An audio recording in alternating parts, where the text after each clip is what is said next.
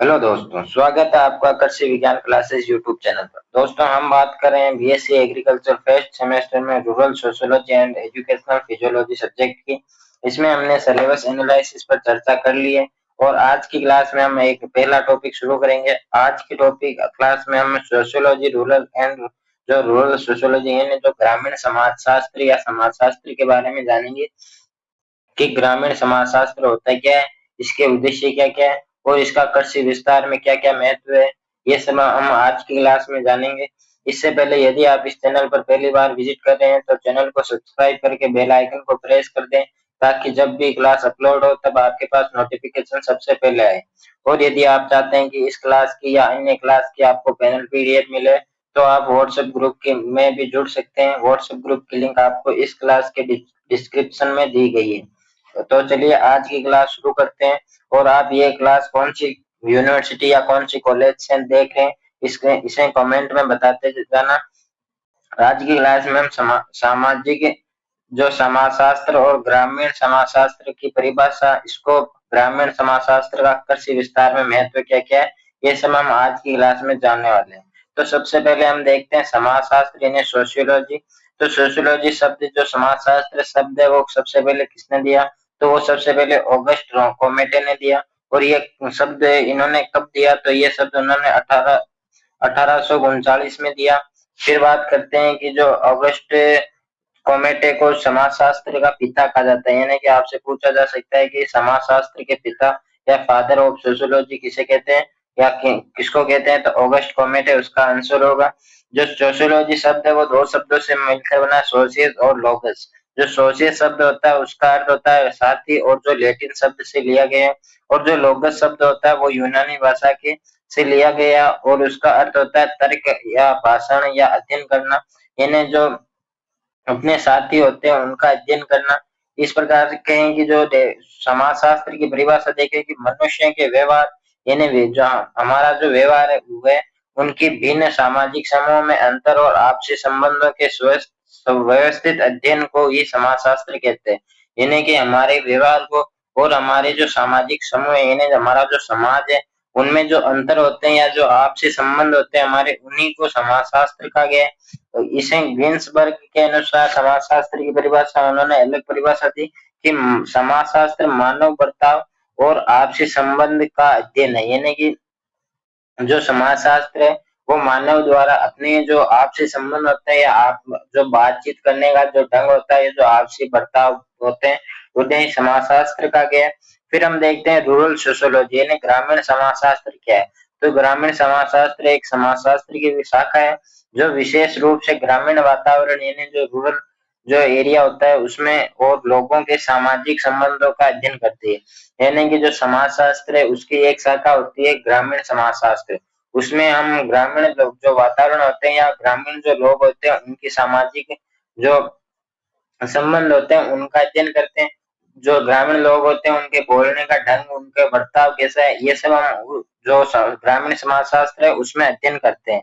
फिर हम देखते हैं कि जो ग्रामीण समाजशास्त्र होते हैं वो होती क्या है, यानी ग्रामीण समाजशास्त्र की परिभाषा क्या है। तो ग्रामीण समाजशास्त्र तथ्यों एवं रिश्तों का व्यवस्थित ज्ञान है, यानी कि जो रिश्ते होते हैं उनका एक ज्ञान है और जिसमें ग्रामीण जीवन यानी कि जो ग्रामीण के जो लोग होते हैं वो किस प्रकार अपना जीवन यापन करते हैं, कृषि व्यवस्था वहाँ पे कैसी है, किस प्रकार से खेती करते हैं, किसान की सोच यानी जहाँ पे वो फार्मर होते हैं उनकी सोच कैसी होती है, वो किस किस क्षेत्र में अपना जो योगदान देते हैं या किसे अपनी सोच में किसे बड़ा मानते हैं उसका अध्ययन करते हैं। सामाजिक और सांस्कृतिक परिवेश का अध्ययन किया जाता है, यानी कि जो सामाजिक और जो संस्कृति होती है जो ग्रामीण लोग होते हैं उनकी संस्कृति क्या है, उनकी परंपराओं का अध्ययन या उनके रहन सहन का जो अध्ययन होता है उसे ही ग्रामीण समाजशास्त्र कहते हैं। फिर हम पढ़ते हैं कि ग्रामीण समाजशास्त्र के उद्देश्य क्या क्या है, यानी ग्रामीण समाजशास्त्र हम क्यों पढ़ते हैं, इसका उद्देश्य क्या है। तो इसका मुख्य उद्देश्य है समाज के लोगों को मूल्य प्रणाली को विकसित करना, यानी कि जो समाज के जो लोग होते हैं उनमें जो वैल्यू सिस्टम होता है उसको विकसित करना होता है। और ग्रामीण लोगों में नेताओं और समूह की खोज करना, यानी कि जो इसका जो ग्रामीण समाजशास्त्र होता है इसका अध्ययन, इसका जो उद्देश्य है वो ये भी है कि जो ग्रामीण लोग होते हैं उनमें ऐसा नेतृत्व करने वाला नेता की खोज करना या उसमें जो समूह की जो नेतृत्व कर सके वैसे व्यक्ति की खोज करना, लोगों की सोच और विचारों को समझकर विकास की रूपरेखा तैयार करना। यानी कि जो ग्रामीण लोग होते हैं उनकी सोच को समझना, उनके विचारों को समझना, और इससे क्या होता है कि जो ग्रामीण लोगों का जो विकास होता है उसकी रूपरेखा तैयार की जाती है। यानी किस प्रकार हम किस क्षेत्र में हम इसका ग्रामीण लोगों का विकास कर सकते हैं या ग्रामीण एरिया का विकास कर सकते हैं, इस पर रूपरेखा तैयार की जाती है। फिर आता है चेंज एजेंट, यानी परिवर्तन एजेंट को मदद देना ताकि वह सही ढंग से बदलाव ला सके। यानी कि जो परिवर्तन एजेंट होते हैं उनको मदद दी जाती है समाजशास्त्र के द्वारा कि जो सही ढंग से बदलाव ला सके। इसके जो परिवर्तन एजेंट क्या होता है ये हम आगे देखेंगे कि परिवर्तन एजेंट क्या होता है। फिर हम देखते हैं कि इसका जो ग्रामीण समाजशास्त्र है इसका स्कोप क्या है, यानी क्षेत्र क्या है, कि इसका भविष्य में क्या इसका लाभ है, वो सब हम देखते हैं। तो सबसे पहले हम देखेंगे कि जो ग्रामीण समाजशास्त्र 3 प्रमुख क्षेत्रों में कार्य करता है। यानी कि जो ग्रामीण समाजशास्त्र है उसके मुख्य 3 स्कोप होते हैं, जिसमें पहला आता है विषय वस्तु, यानी जातियों, परंपराओं, सामाजिक ज्ञान और वर्तमान परिस्थितियों को अध्ययन। यानी कि विषय वस्तु यानी जो ग्रामीण समाजशास्त्र क्या होता है कि इसमें हम जातियां, जो ग्रामीण लोगों में अनेक प्रकार की जातियां होती है उनका अध्ययन करते हैं, उनकी क्या क्या परंपराएं, क्या क्या संस्कृति है उनकी, उनका अध्ययन करते हैं। और जो सामाजिक ज्ञान होता है, जो वर्तमान की किस क्षेत्र में वर्तमान की परिस्थिति है, इन्हें वर्तमान की परिस्थिति क्या है, इन सब का अध्ययन करते हैं। फिर हम देखते हैं दूसरा इसका प्रमुख क्षेत्र अनुसंधान, यानी कि रिसर्च इन रूरल सोशियोलॉजी। ग्रामीण समाज की समस्याओं और उनके समाधान समाधान का वैज्ञानिक अध्ययन, यानी कि ग्रामीण लोगों में क्या समस्याएं हैं उनका अध्ययन करना और उनका वैज्ञानिक रूप से अध्ययन करना और उनका समाधान करना। इसका जो ग्रामीण समाजशास्त्र है इसका स्कोप है या कहेंगे क्षेत्र है। तीसरा आता है समस्याओं का समाधान, यानी कि हमने उनकी परंपराओं के बारे में जान लिया, उनकी जो संस्कृति होती है उनके बारे में जान लिया, फिर हमने उनके जो समस्याएं थी उनके बारे में अध्ययन किया। फिर आता है समस्याओं का समाधान करना, यानी आपने समस्याओं का जान लिया, अब उनका समस्याओं का निदान करेंगे, यानी समस्याओं का सॉल्यूशन करेंगे। तो वैज्ञानिक ज्ञान और अनुसंधान के आधार पर ग्रामीण समस्याओं को हल करना, यानी कि आप अनुसंधान के आधार पर, यानी आपने रिसर्च की कि क्या क्या ग्रामीण लोगों को समस्याएं हैं, उसके आधार पर आप ग्रामीण लोगों की समस्याओं को हल करते हैं। ये इसके मुख्य 3 स्कोप थे। फिर हम देखते हैं विस्तार शिक्षा, यानी प्रसार शिक्षा, एक्सटेंशन एजुकेशन।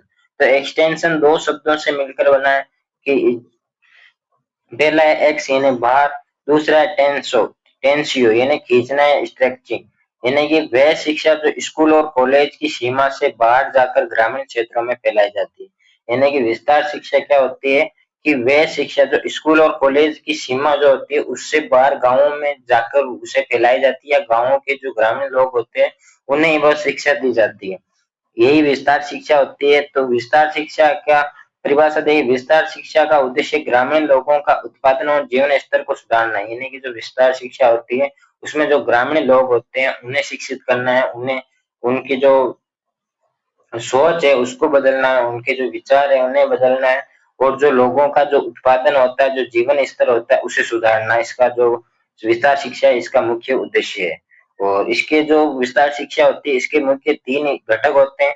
सबसे पहला आता है रिसर्च, इन्हें रिसर्च करना कि लोगों को क्या समस्याएं हैं, उनके विचारों को कैसे बदला जा सकता है। फिर आता है टीचिंग, यानी शिक्षण, लोगों को शिक्षित करना, ग्रामीण जो लोग होते हैं उन्हें शिक्षित किया जाता है। फिर आता है विस्तार, यानी एक्सटेंशन, यानी कि जो शिक्षा होती है उसका विस्तार किया जाता है। ये एक अनौपचारिक शिक्षा प्रणाली है। अब हम देखेंगे कि कृषि विस्तार में ग्रामीण समाजशास्त्र का क्या महत्व है। ये बहुत मोस्ट इम्पोर्टेंट क्वेश्चन आता है, हर वर्ष यहाँ से एक क्वेश्चन पूछा जाता है, भले वो 2 नंबर वाले क्वेश्चन 2 नंबर का है, भले वो 6 नंबर का है। बाकी यहाँ से ये जो समाजशास्त्र कृषि विस्तार में ग्रामीण समाजशास्त्र का जो महत्व है, यहाँ से एक क्वेश्चन हर वर्ष पूछा जाता है, भले आप पुराने पेपर उठाकर देख सकते हैं। तो इसका पहला उद्देश्य है कि ग्रामीण विकास, यानी ग्रामीण समाजशास्त्र का मुख्य उद्देश्य जो है वो ग्रामीण लोगों का सामाजिक एवं आर्थिक विकास करना है। यानी इसका उद्देश्य ये है कि ग्रामीण लोगों का विकास करना, यानी ग्रामीण लोगों को शिक्षित करना, उन्हें विकसित करना, ग्रामीण एरिया को विकसित करना इसका मुख्य उद्देश्य है। और परिवर्तन एजेंट क्या होता है कि किसानों और ग्रामीण समाज में परिवर्तन लाने के लिए उनके सांस्कृतिक ढांचे और सोच को समझना जरूरी है। यानी कि जब हम किसी व्यक्ति की सोच को बदलना चाहते हैं तो हमें उसकी जो संस्कृति है उसके बारे में वो किया किस किसी उसकी सोच है, किसी उसके विचार है, उनको जानना पहले जरूरी है। तो हम यदि ग्रामीण लोगों में यदि बदलाव चाहते हैं या उनमें विकास चाहते हैं, तो उसके लिए हमें उनके साथ घुल मिलकर उनकी संस्कृति के बारे में जानना होगा, उनकी सोच को समझना होगा कि वे किस तरह सोचते हैं या किस को मतलब बढ़ावा देते हैं। ये सब हमें पहले उनके साथ रहकर जानना चाहिए या जानने की जरूरत है। कभी-कभी परिवर्तन एजेंट ग्रामीण समुदाय के साथ काम करते समय पदानुक्रम के पैटर्न को स्थापना नहीं कर पाता है, जिसके कारण काम में समस्याएं पैदा हो जाती है। इसलिए ग्रामीण समाजशास्त्र उसे एक उसके कारण को समझने में मदद करता है। यानी कि जो परिवर्तन एजेंट क्या होता है कि जो ग्रामीण लोगों के साथ घुल मिलकर उनकी जो सांस्कृतिक होती है, जो संस्कृति होती है, जो परंपराएं होती है, उनका अध्ययन करता है, उनके बारे में जानता है, उनके जो ग्रामीण लोग होते हैं उनके विचारों को समझता है, उनकी सोच को समझता है और फिर उनमें जो उन्हें शिक्षित करता है या उन्हें जागरूक करता है। फिर एक ग्रामीण समाजशास्त्र एक महत्वपूर्ण उद्देश्य समाज के लोगों में मूल्य प्रणाली को आरोपित करना है, उनके ज्ञान, व्यवहार, सोच में बदलाव करना है। खेती के समुदायों में परिवर्तन लाने की कोशिश करते वक्त मूल्य प्रणाली को ध्यान में रखना चाहिए। यानी कि क्या है कि जो ग्रामीण लोग होते हैं उनके ज्ञान, व्यवहार और सोच में बदलाव करना ही उसका जो कृषि विस्तार शिक्षा है उसका मुख्य उद्देश्य है। ग्रामीण समाजशास्त्र का एक महत्वपूर्ण उद्देश्य ग्रामीण लोगों में लीडर, मुखिया यानी समूह की खोज करना। यानी कि जो विस्तार शिक्षा होती है उसका एक मुख्य उद्देश्य ये भी है कि जो ग्रामीण लोग होते हैं उनका नेतृत्व करने वाला या उनमें कहेंगे लीडर जो मुखिया होता है उसकी खोज करना भी है। फिर विकास के लिए रूपरेखा तैयार करना, यानी ग्रामीण समाजशास्त्र लोगों की सोच, उनके विचार को जानने में महत्वपूर्ण है। सभी समस्याओं एवं संसाधनों का ध्यान में रखते हुए विकास की रूपरेखा तैयार करने में मददगार है। यानी कि जो विस्तार शिक्षा है उससे क्या होता है कि समाज जो ग्रामीण लोग होते हैं उनकी सोच का पता चलता है, उनके विचारों को जानते हैं, पहचानते हैं कि उनके विचार कैसे हैं, फिर उनकी समस्याओं को समाधान करने में मदद होती है या हम उनकी जो उनके विचार है उनको समझकर उनकी समस्याओं का समाधान आसानी से कर सकते हैं। तो ये आज का हमारा जो टॉपिक था समाजशास्त्र एवं कृषि विस्तार शिक्षा। तो यहाँ पे आई होप आपको क्लास समझ में आई होगी, सारा टॉपिक आपको अच्छे से मैंने समझा दिया है। आप टॉपिक के साथ क्लास के साथ नोट्स बना सकते हैं। तो आप क्लास अच्छी लगी हो तो चैनल को सब्सक्राइब कर दें, वीडियो को लाइक कर दें और यदि पैनल पीडीएफ चाहते हैं तो व्हाट्सएप ग्रुप में जुड़ जाएं। व्हाट्सएप ग्रुप की लिंक डिस्क्रिप्शन में दी गई है। तो जल्दी मिलेंगे नेक्स्ट क्लास में, तब तक के लिए धन्यवाद। जय जवान जय किसान।